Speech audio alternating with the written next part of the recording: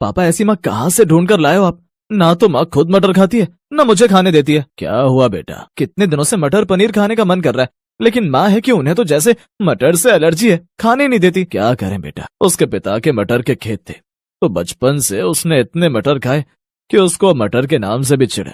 तो ऐसा कर किसी ऐसी लड़की को बहू बना कर लिया जिसे मटर बहुत पसंद हो और वो खुद भी मटर खाए और हमें भी खिलाए। तभी उसकी बहन कॉलेज से आती है। ये लो भैया, मैं आपके लिए ये मटर के समोसे लेकर आई हूँ जो मेरे कॉलेज के पास मिलते हैं, आप इसे खाकर मन भर लो। ये मेरी प्यारी बहन, ला जल्दी दे, कहीं माँ ने मटर का नाम भी सुन लिया तो ये समोसे भी ना फिकवा दे। फिर वो सभी बड़े मजे से कमरे में बैठकर मटर के समोसे खाते हैं। दरअसल माधवी को मटर बिल्कुल भी पसंद नहीं थे। ऐसे ही समय बीतता है। कुछ समय बाद रौनक के लिए सब लड़की ढूंढने लगे। रौनक की बुआ उसके लिए गांव की एक लड़की का रिश्ता लेकर आई। मुझे तो लड़की बड़ी पसंद है, अब एक बार तुम लोग भी देख लो तो मैं रिश्ता पक्का करवा दूं। बड़ी होने का फायदा तो मेरी ये ननद ही उठाती है, इनका फैसला भला कौन बदल सकता है। फिर सबकी रजामंदी से रौनक की शादी प्राची नाम की लड़की से हो जाती है। शादी के अगले दिन अपनी पहली रसोई में, बुआ जी आज अपनी पहली रसोई में सबके लिए मटर पनीर पूरी और खीर बना दूं। हाय, मेरा तो नाम सुनकर ही मुंह में पानी आ गया। मटर तो मेरी और रौनक की जान है, लेकिन बहू घर में तो मटर है ही नहीं। उसकी चिंता आप मत कीजिए, बाबा ने आते वक्त खेत की कुछ ताजी मटर बांधी थी, मैं उसी मटर की सब्जी बना देती हूँ। फिर प्राची सबके लिए मटर पनीर की सब्जी, पूरी और खीर बनाकर परोसती है। वाह भाई, मजा ही आ जाएगा। आज तो पहली बार अपने मायके में मटर खाऊंगी, नहीं तो भाभी के आने के बाद तो इस घर से मटर जैसे गायब ही हो गया था। नहीं तो जब भी आओ भाभी तो वो गोभी की सब्जी या बैंगन दाल बनाकर रख देती थी। ला बहू जल्दी परोस। प्राची सबको मटर पनीर परोसती है। रौनक और उसकी बुआ को तो मटर बड़े ही पसंद थे। उनके हाथ तो जैसे कोई खजाना लग गया था। सभी बड़े मजे से वो मटर की सब्जी खाते हैं, लेकिन प्राची की सास तो उसे हाथ भी नहीं लगाती, जिस कारण प्राची को कुछ अलग खाना उनके लिए बनाना पड़ता है। लेकिन वो पहले दिन ही समझ गई कि उसकी सास को मटर से कितनी नफरत है। खाने के बाद बुआ सास प्राची को शगुन देकर वहाँ से चली जाती हैं।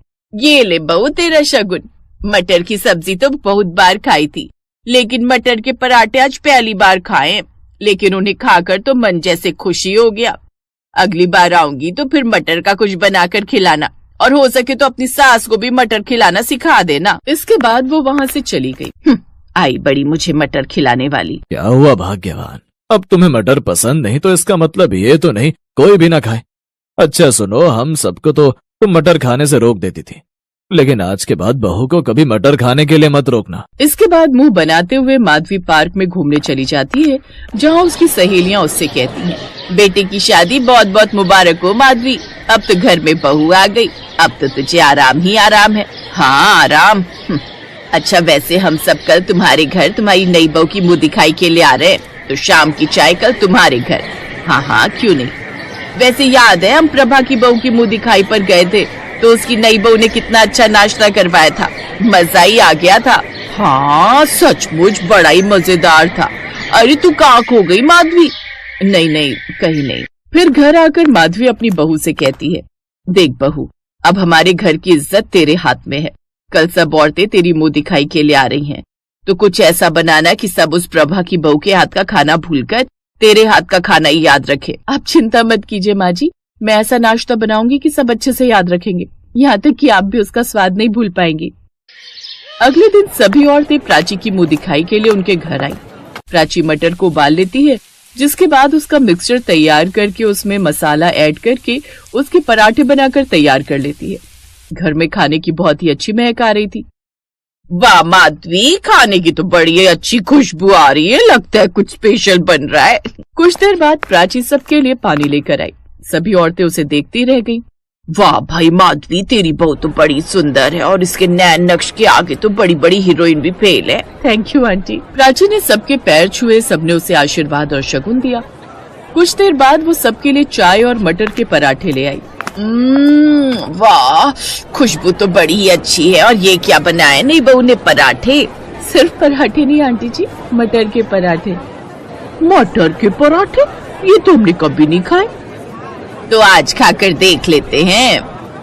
वो सभी मटर के पराठे खाती हैं, जिन्हें खाते ही वो सभी अपनी उंगलियां चाटते रह जाती हैं। वाह भाई, क्या स्वाद है इन मटर के पराठों में। इनके आगे तो आलू, मूली, मेथी सबके पराठे फेल हैं। सच कहूं तो प्रभा, आज माधवी की बहू ने तेरी बहू के खाने को भी पीछे छोड़ दिया। कितना स्वादिष्ट नाश्ता बनाया है इसने। सच में बड़ा ही लाजवाब पराठा है।